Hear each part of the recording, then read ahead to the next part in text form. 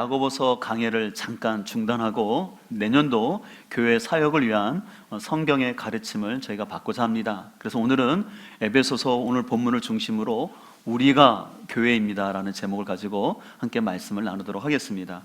그 서울대 김남도 교수님이 계시는데요. 그 김남도 교수님은 함께 사역하는 팀들과 함께 해마다 트렌드 코리아라는 책을 통해서 우리 사회의 소비 패턴이 어떻게 변해가고 있는지 분석하고 전망하는 책을 내는데, 올해도 동일하게 트렌드 코리아 2022를 내면서 그 여러 가지 주제가 있었는데, 그 토픽 중에 하나가 자본주의 퀴즈라는 주제를 다룬 내용이 있습니다. 그래서 그 책 가운데 일부분을 소개해드리면 이렇게 나오는데요. 돈과 소비에 대한 편견이 없는 새로운 소비자들이 등장하고 있다. 어릴 때부터 광고, 시장, 금융 등 자본주의적 요소에 침숙하고 자본주의 생리를 몸으로 체득한 세대가 소비의 주체로 성장한 것이다. 그러면서 다음에 이렇게 말합니다. 돈 밝히면 못 쓴다는 말은 옛말이 됐고, 이제는 돈에 밟지 않으면 정말 못 쓰게 된다는 말이 생활 신조가 되고 있다. 여러분들 공감이 되지 않나요? 그러다 보니까 요즘 젊은 세대들 가운데 영혼까지 끌어모아서 뭘 사든지, 아니면 동학개미라는 것처럼 이 젊은 세대들이 불안하다 보니까 기성세대가 갖고 있는 그 부를 어떻게 할 수가 없다 보니까 나름대로 이렇게 반응하는 모습들을 볼 수가 있습니다. 근데 이런 것들이 나쁜 건 아닙니다. 근데 문제는 이런 자본주의 또한 소비자 중심의 가치관들이 신앙생활에게도 영향을 미침으로 인하여서 소비자, 기독교라는 양상이 오늘날 교회 안에 나타나고 있다고 합니다. 스카이 제선이가 쓴 하나님을 팝니다라는 도발적인 제목의 책이 있는데, 그 부제는 뭐냐면 소비자 지상주의에 물든 기독교입니다. 이 책은요, 오늘날 그리스도인들이 그 세상에 갖고 있는 자본주의적 또 소비자 중심적 가치관들이 자기도 모르게 내재화되어서 그것을 따라가고 있는 모습을 예리하게 지적하는 책인데요. 오늘날 소비자 기독교의 모습을 몇 가지를 소개한다면, 첫 번째는 사람들이 유명 브랜드를 선호하는 것처럼 오늘날 사람들이 교회를 선택할 때 어떤 특정한 교회나 어떤 유명한 목사님이 사역하는 교회를, 이렇게 대형 교회를 추구한다는 것입니다.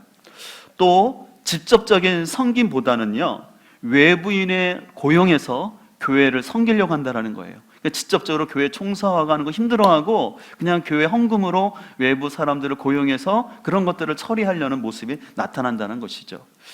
또 무엇보다 이제는 공동체 의식이 많이 약해져서 개인주의 성향이 강해져서 사람들이 자신이 만들어 놓은 설정에는 경계선 이상으로 누가 터치하는 걸 싫어하고, 그래서 예배를 드리더라도 내가 정한 그 예배만 딱 참석하고 더 이상 그 모임이 오는 걸 싫어한다는 거죠. 그러다 보니까 자꾸 아무래도 초대형 교회를 추구하는 이유는 뭐냐면 익명성이 보장된다는 거죠. 하나님께 예배는 드려야 되겠는데 너무 자신을 노출시키지 않고 그냥 예배는 드리고 싶은 마음인 거죠. 그러다 보니까 점점 한국교회가 초대형화 되는데, 이것은 한국교회뿐만 아니라 미국교회 가운데 나타나는 현상이고, 또 그러다 보니까 자꾸 기독교가 중산층화 되어가고 있다고 합니다.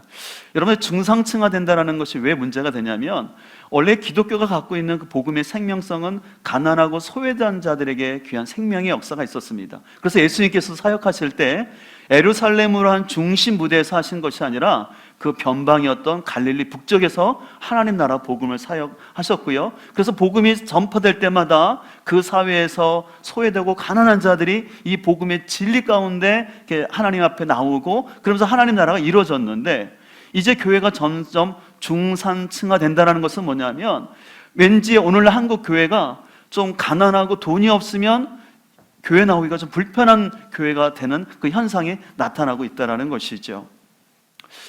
그래서 우리는 이런 소비자 기독교 현상 속에서 오늘 본문을 통해서 우리가 어떻게 교회를 섬겨야 할지 함께 살펴보기를 원하는데요. 에베소서가 말하는 교회는 한마디로 건물이 아니라 우리가 교회다라는 사실입니다. We are church라는 거예요. 그래서 제가 늘 우리 복음학교에서 강조하는 게 있죠.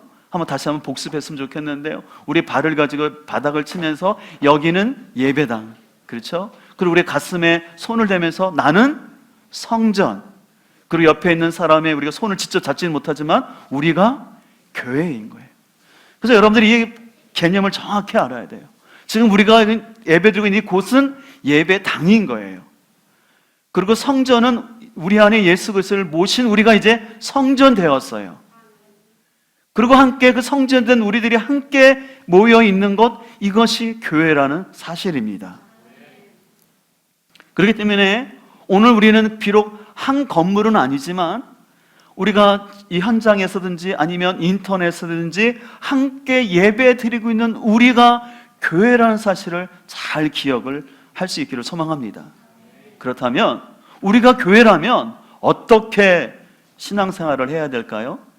먼저는 우리는 관중이 아니라 제자가 되어야 합니다.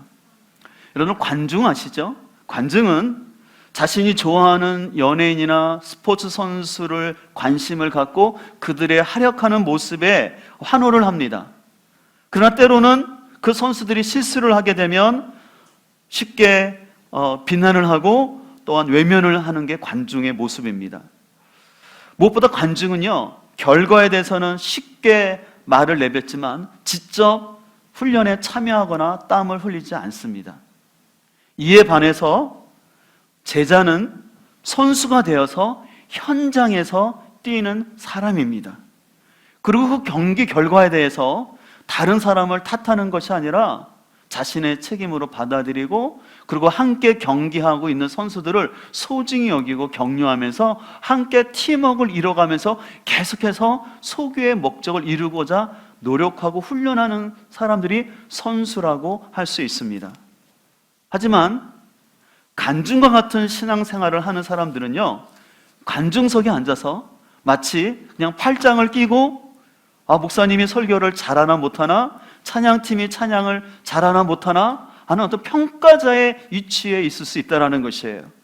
그래서 자기 마음에 공감이 되고 긍정이 되면은 박수를 쳐주지만 뭔가 자신의 생각과 마음에 들지 않으면 쉽게 냉소적인 태도를 보일 수 있다는 것이죠.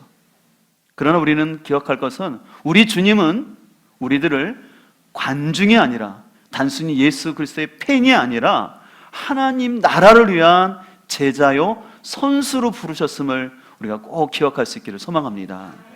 그래서 디모데후서 2장 4절과 5절을 보게 되면 사도 바울은 하나님께서는 우리를 그리스도의 병사로, 군사로 불렀다라고, 그러면서 우리는 경기하는 자라고, 선수라고 사도 바울은 얘기하고 있습니다. 그런 차원에서 오늘 사도 바울은 에베소서 4장에서 왜 하나님께서 교회 일꾼들을 세우셨는지를 설명하는데요, 우리 4장 11절 보실까요? 이렇게 말씀합니다.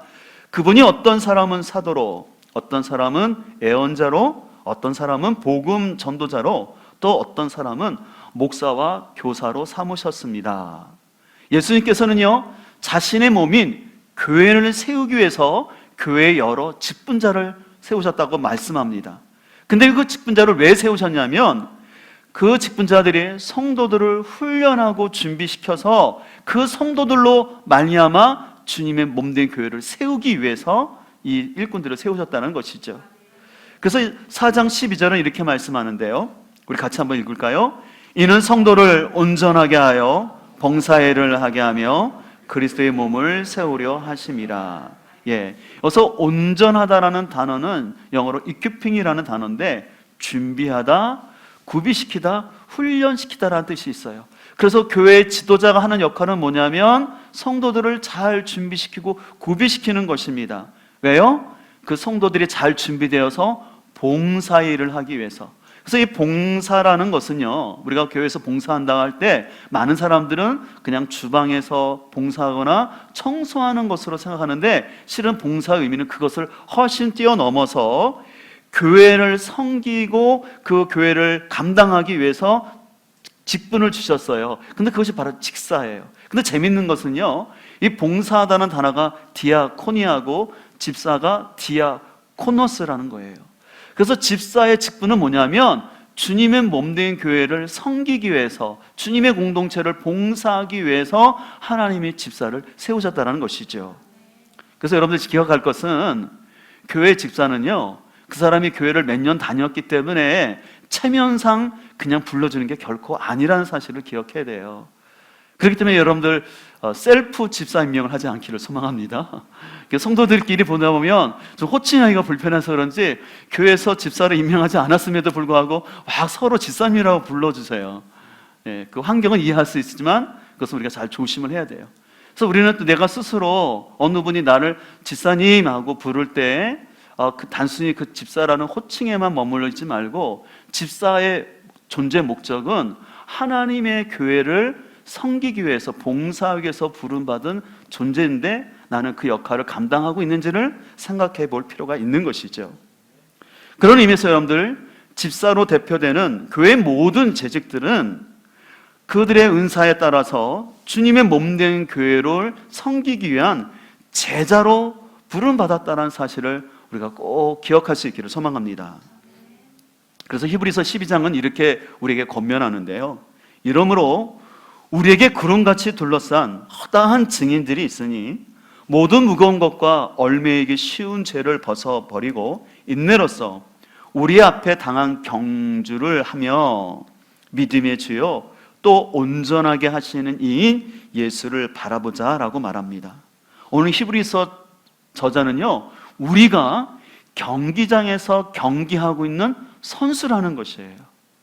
그리고 믿음의 선진들은 자신들에게 맡겨진 그 구간들을 다 달리고 난 다음에 지금 관중석에서 지금 우리들이 계속해서 믿음의 경주를 잘 할 수 있도록 지켜보면서 격려하는 사람들이 믿음의 선진들이라는 것이에요. 그리고 이제 경기장에서 달려가고 있는 우리는 그 자기에게 맡겨진 믿음의 경주 구간을 잘 끝까지 달려가기 위해서 누구를 바라보라는 것이에요? 예, 믿음의 주요 온전케 하시는 예수님을 바라봐야 된다는 것이에요. 그래서 여러분들 신앙생활하면서 늘 우리가 같이 공동체 안에 여러 지체들이 있지만 또 직분자들도 있지만 우리가 바라봐야 할 분은 오직 예수님입니다.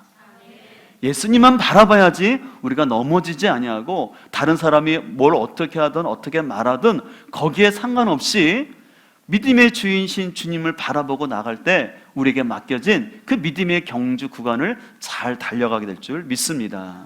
그래서 우리는 관중이 아니라 선수라는 사실을 기억하셔야 돼요. 여러분들 아까 봐가지고 관중은 쉽게 이래라 저래라 말하지 않습니까? 왜 그렇게 못하냐고. 근데 선수의 마음은 그게 아니지 않습니까? 당연히 공이 오면 딱 타이밍을 맞춰서 잘 차고 싶은 게 선수의 마음이에요.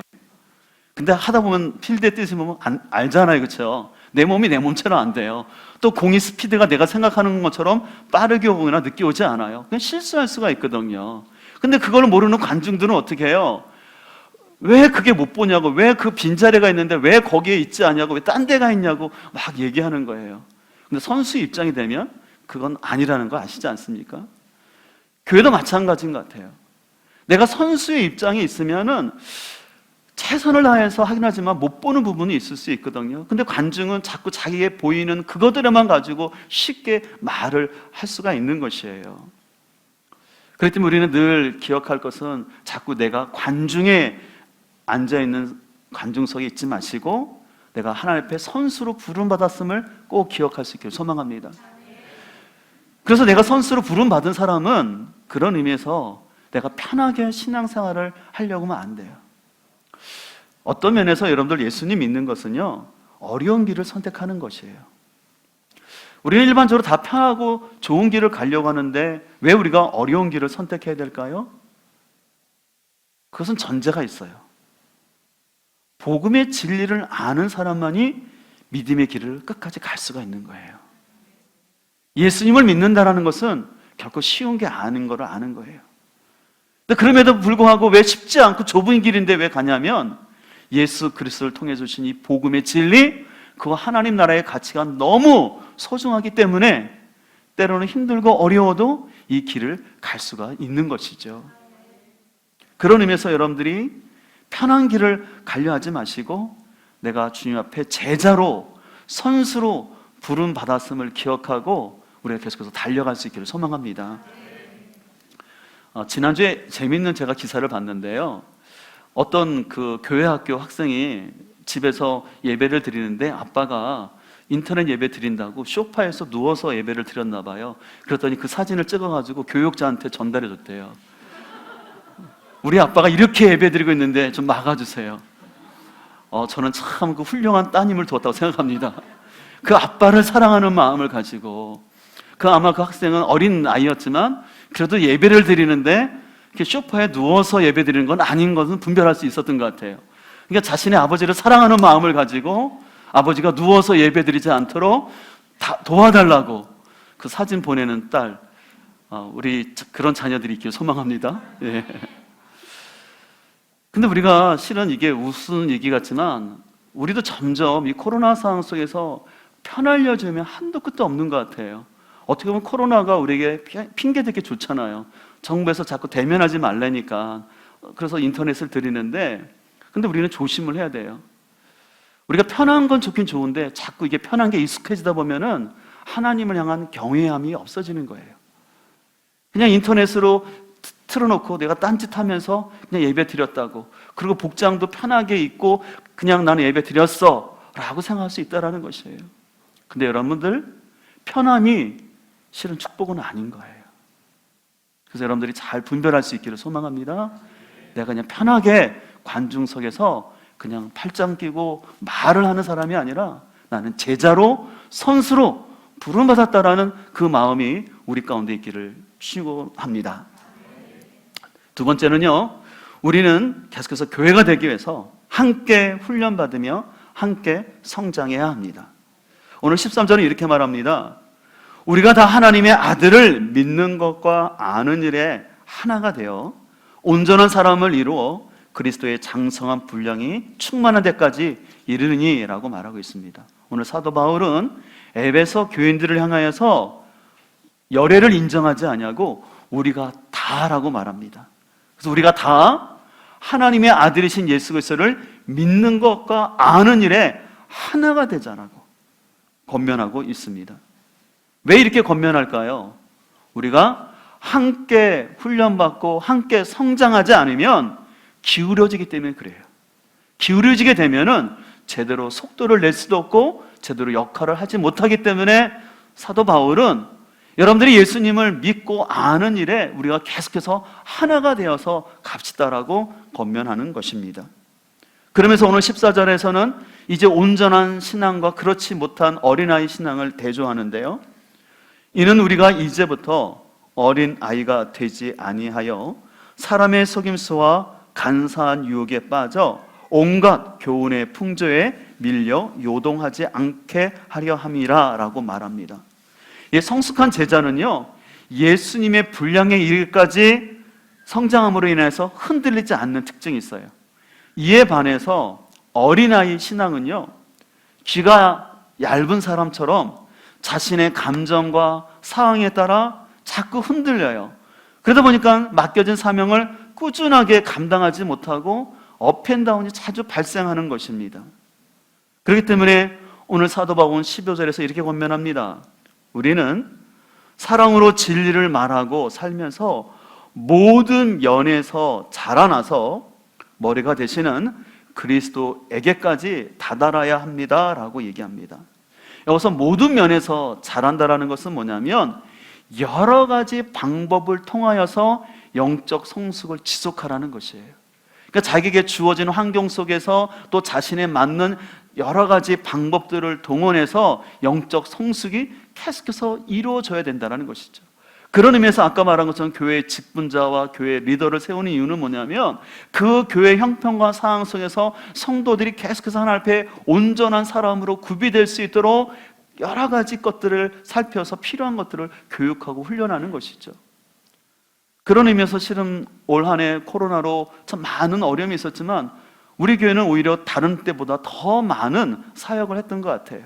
원래 계획하지 않았던 것이었지만 이 코로나 상황 속에서 어떻게 하면 성도들의 믿음을 계속해서 지켜나갈 수 있을까를 함께 고민하면서 여러분들 아시는 것처럼 BH 시리즈 선교를 통해서 믿음의 후손들을 세우기 위해서 믿음의 그 가정 예배가 드려질 수 있도록 했고, 또한 성경 필사와 성경 통독을 통해서 그냥 유튜브만 보는 것이 아니라 시간을 내서 우리 성도들이 함께 말씀을 읽고 필사했었죠. 특별히 감사했던 것은 우리가 홀리테트 예배를 통해서 우리 성도들이 1시간 이상씩 기도 훈련하는 것들을 진행하고 있는 게 너무 감사했어요.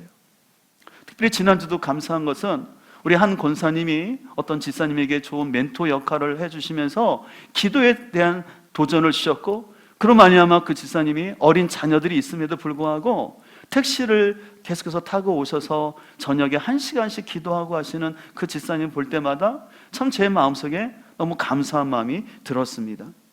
제가 거기서 느끼는 것은 뭐냐면, 우리가 어떤 훈련을 잘하느냐, 어떤 성경 공부를 못하느냐, 그게 중요한 게 아닌 것 같아요. 순종함으로 함께 참여할 때 내 영적 성장이 이루어진다는 것입니다. 그래서 여러분들이 계속해서 여러분들이 영적으로 성장하기를 원한다면 하나님께서 여러분의 삶 가운데 허락하신 그 훈련의 기회를 놓치지 마시고 함께 참여할 수 있기를 축복합니다. 그리고 더 여러분들의 믿음이 성장하기를 원하신다면 우리의 신앙은 교회를 중심으로 믿음의 닻을 내려야 합니다. 아까 14절에서 사도 바울은 어린아이의 모습을 이렇게 표현하는데, 14절 여러분 성경책을 보시면 이는 우리가 이제부터 어린아이가 되지 아니하여 라고 말합니다. 근데 그 이하에는 어린아이의 특징이 나타나요.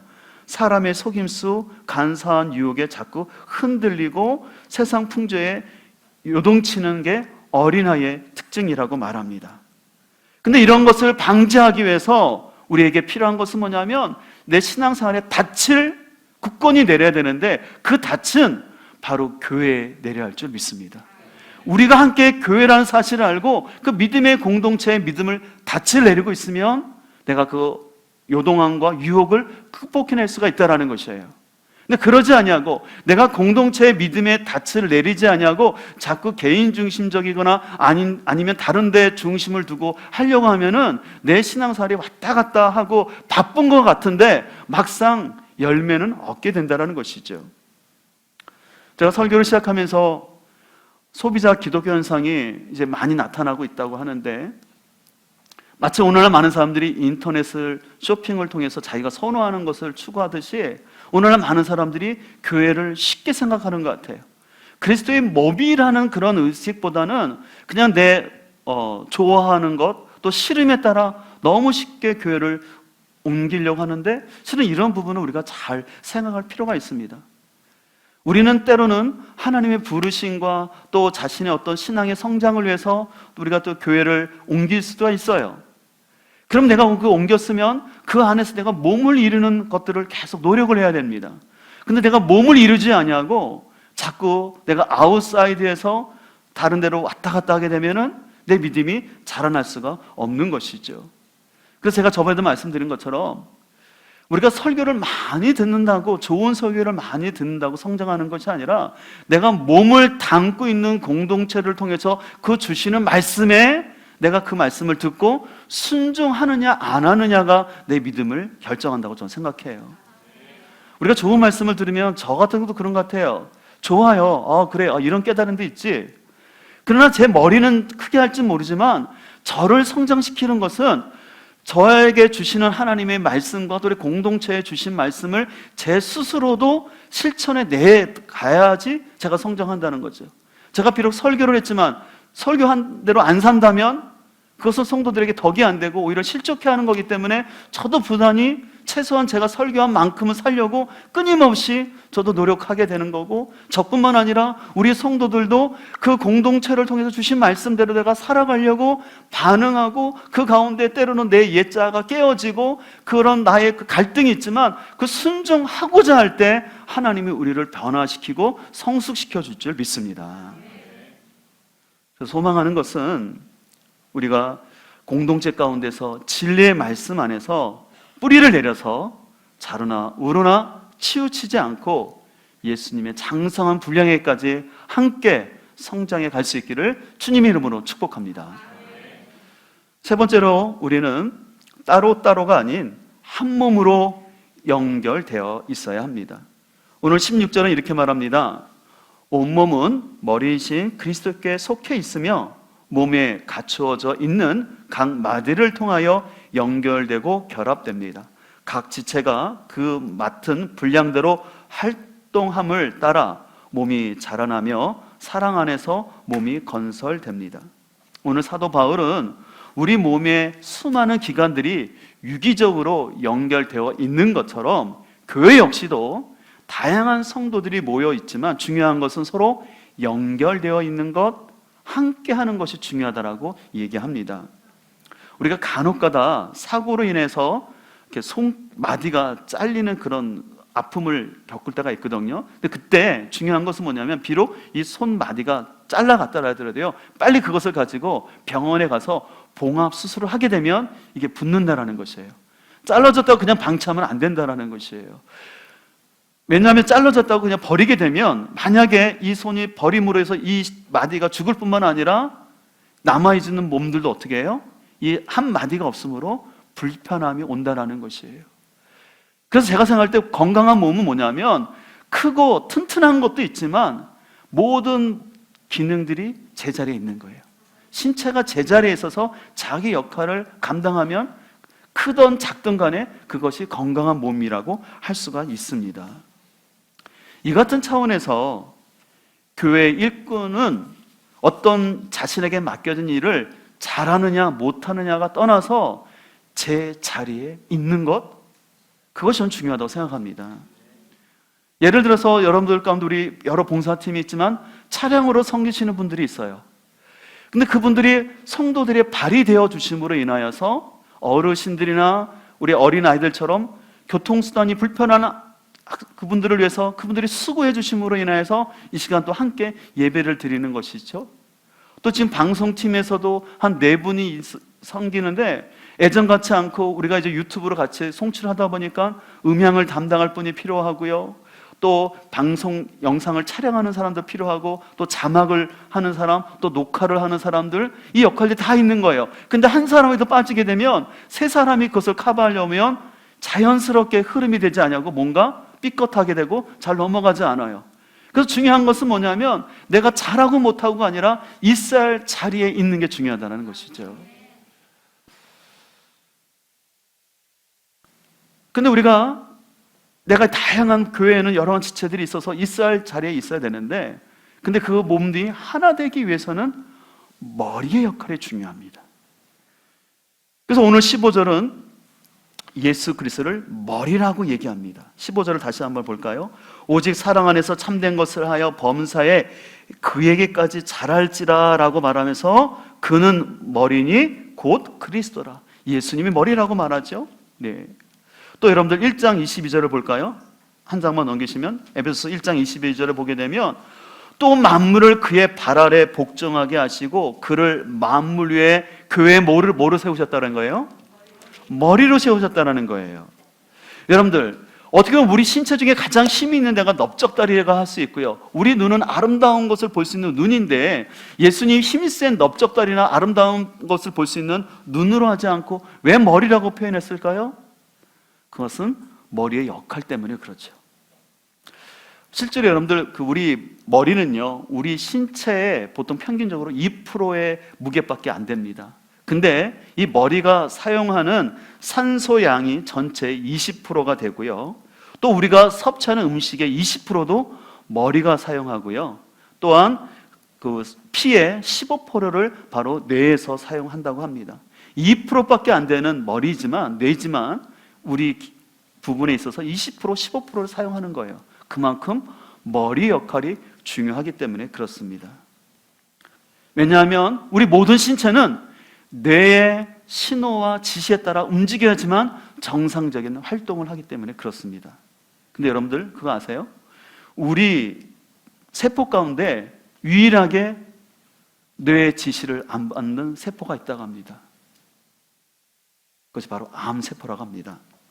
이 암이 무서운 이유는요, 정상세포와 달리 아무 역할도 하지 않으면서 자기 몸만 비대해지면서 혈관과 림프관을 통해서 암을 전이시키는데, 문제는 내 세포의 컨트롤을 받지 않으려 한다는 것입니다. 그래서 정상적인 세포와 교류하지 아니하고 자기 몸만 불려가다가 결국은 그 몸을 죽게 하는 것이 암세포라는 것이죠.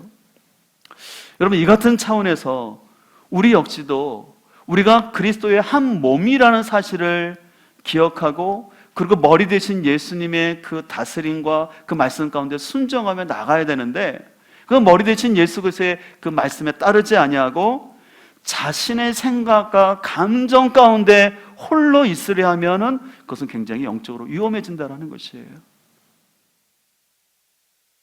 간혹가나 이제 성도들을 이제 대할 때, 어떤 분들이 어떤 진로를 결정할 때나 어떤 일을 행할 때, 내가 그리스도의 몸이라는 사실을 함께 좀 생각하고 함께 고민하면서 함께 어떤 일을 해가면 좋을 텐데, 좀 걱정스러운 분들은 뭐냐면, 본인들이 기도를 참 많이 하는데 그것이 자꾸 직통 계시처럼 자꾸 받아들이는 거예요. 그래서 하나님이 나한테 이렇게 말씀하셨다라는 것이에요. 근데 저희한테는 전혀 말씀이 없거든요. 그러면 하나님께서 어쨌든 그 교회 공동체 리더에게 어떤 그런 사인이 없었고, 그래서 함께 더 기도하자라고 했을 때 같이 그것을 뜻을 찾아가면 건강할 텐데, 어느 경우에는 전혀 그렇지 아니하고 그냥 자신에게 하나님 주시는 그 음성이 맞다라고 그냥 독단적으로 가게 될 때 잘 모르겠어요. 어떻게 하나님께서 또 우리 선하신 하나님이기 때문에 모든 것을 협력할 선을 이루실지 모르지만, 계속해서 그 신앙 가운데 온전한 성숙이 이루어질 때까지는 더 많은 시간이 필요하지 않을까, 그런 생각을 해보게 됩니다. 그래서 우리는 기억해야 됩니다. 교회의 머리는 예수 그리스도십니다. 우리의 몸은 머리 대신 예수님이 다스려야 돼요. 그런 의미에서 우리는 교회를 섬길 때, 때로는 나의 생각과 나의 상황이 있지만, 나의 감정이 있지만, 중요한 것은 머리 대신 예수님께서 뭐라고 말씀하시는지 거기에 우리가 우선순위를 둘 수 있게 소망합니다. 그런 의미에서 실은 우리 세종 선한 목자교회 담임 목사님은 예수님이신 거예요. 결코 제가 아닙니다. 이번에 기도원에 가서도 내년도 목회 계획을 위해서 하나님께 기도하면서 계속해서 구하는 것은, 제가 생각하는 어떤 목회에 대한 철학과 비전을 가지고 마스터 플랜을 짜는 게 아니라, 하나님, 지금 우리 교회 성도들의 상황과 지금 코로나로 이런 상황 속에 있는데 내년도에 우리 공동체가 어떻게 하기를 원하실까요? 실은 그 뜻을 계속 구하는 것이었어요. 근데 실은 지난주 기도원 갔을 때 제가 그것을 정확히 응답을 받지 못하고 왔어요. 보통 내년에 보면은 그냥 그 기도원 갔을 때 딱 그 주제가 정해져 오는데, 이번에는 실은 안 그랬어요. 그래서 또 이곳에 또 와서도 한 주간 동안 계속해서 묻고 고민하면서 이제 하나님께서 주시는 약속의 말씀과 이제 표가 정해졌습니다. 그래서 이제 오늘 오후에 리더십 정책 회의 시간을 통해서 함께 하나님 주신 약속의 말씀을 나누고, 또 우리가 어떻게 그 말씀에 근거해서 내년도 우리가 교회를 섬길지 함께 우리 리더십들과 함께 상의하기를 원하는데, 소망하는 것은 우리는 각자 하나님 부르신 자리에 있지만, 그러나 예수 그리스도가 우리의 머리임을 기억하시고 그 예수님의 뜻 안에서 함께 우리가 나아갈 수 있기를 소망합니다. 그리고 여러분 여기서 꼭 기억할 것은, 내가 다른 사람을 주님의 몸으로 세우는 과정 속에 있을 때, 특별히 중직자들은 많은 희생이 필요해요. 아까 말한 것처럼 편한 게 아니라 더 많이 기도도 필요하고, 또 어떤 때로는 물질의 헌신도 해야 되고, 시간적으로 섬김이 있어요. 근데 여러분들 그렇게 희생하고 헌신하는 것은 결코 여러분들 낭비하는 것이 아니라 그 과정을 통해서 여러분들이 성장한다는 사실을 꼭 기억하시길 바랍니다. 내가 기도하는 게 누가 쉽겠습니까? 그러나 내가 기도하는 훈련을 통해서 내가 자꾸 하나님의 음성을 듣는 법을 알게 되고, 또 그 과정을 통해서 다른 사람을 실제로 기도로 돕는 것을 알아서, 믿음이 연약한 성도가 내가 이런 문제 가운데인데 그 기도함으로 그 기도하는 게 느껴졌어요 라는 그 고백을 함께 경험하게 될 줄 믿습니다.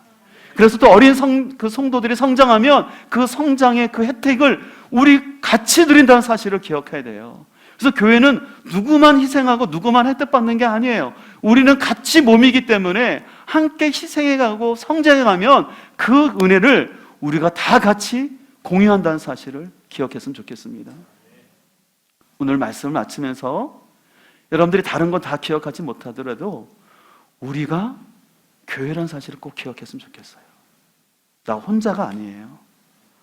우리가 교회라는 사실을 기억하시고 그 머리 대신 예수님 앞에 순종하며 나갈 때 하나님께서 분명히 협력하여 선을 이루실 줄 믿습니다.